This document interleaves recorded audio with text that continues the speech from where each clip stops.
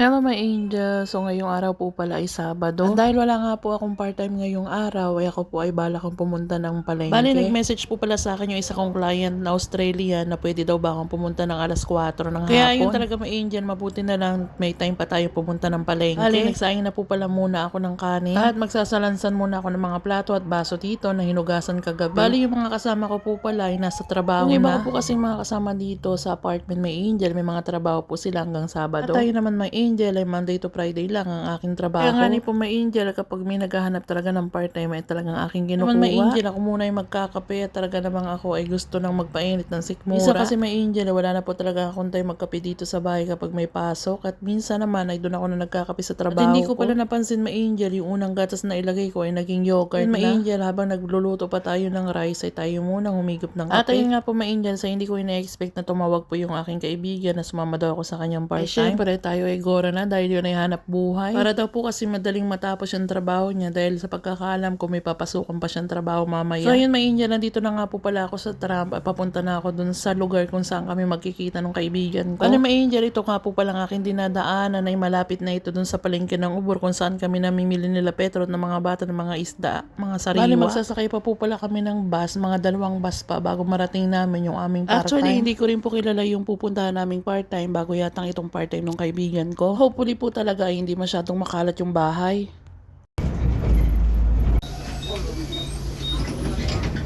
At ayun na nga po may angel, bumaba na po pala kami doon sa bus na sinasakyan namin and magta-transfer na naman po kami sa another bus. Napakaganda po talaga may angel nitong view na to. Ito yata po ay school dito sa Bucharest. Hindi ko lang po talaga may angel sure kung ito po ba isang university. At ito na nga po may angel yung bus na sasakyan namin na kanina pa namin iniintay dahil ito yung magdadala sa amin papunta doon sa apartment na aming lilinisan.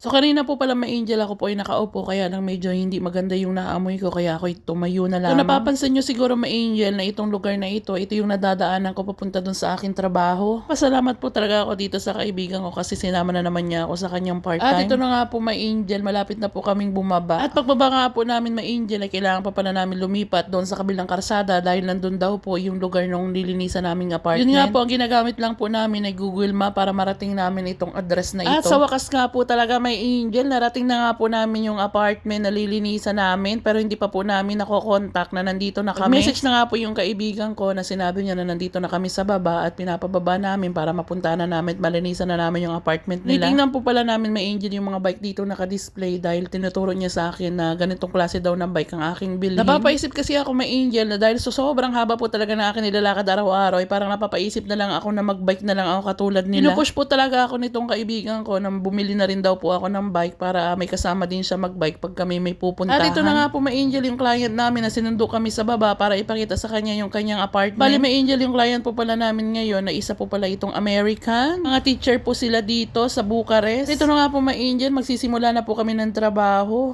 Talagang mabilisan ito dahil nga po mamayang hapon ay meron pa po kaming lilinisan. Kung nga lang may angel na hindi po kami magkasama sa paglilinis mamayang hapon dahil iba na po yung kasama ko mamaya. Mamayang hapon po pala ang aking client ay yung taga-Australia. Maliit lang naman po may angel itong apartment na lilinisan namin kaya lang talagang sobra po ang kalat dahil matagal na yata silang hindi nakakapaglinis. Paano may angel, itutuloy ko muna ang ating paglilinis at mamaya na tayong magbibideo. At ayun na nga po may angel, thank you Lord, at natapos na rin po ang aming paglilinis ngayong araw. Maraming salamat po talaga sa Panginoon at talagang kami ay nagkameron ng kita ngayong araw. Maraming salamat din dito sa kaibigan ko na sinasama niya ako sa kanyang trabaho. Hindi po nating tandaan may angel na ang tagumpay ay hindi hinihintay, pinagsisikapan yan. Ano may angel, hanggang dito na lang. See you in our next vlog. Bye!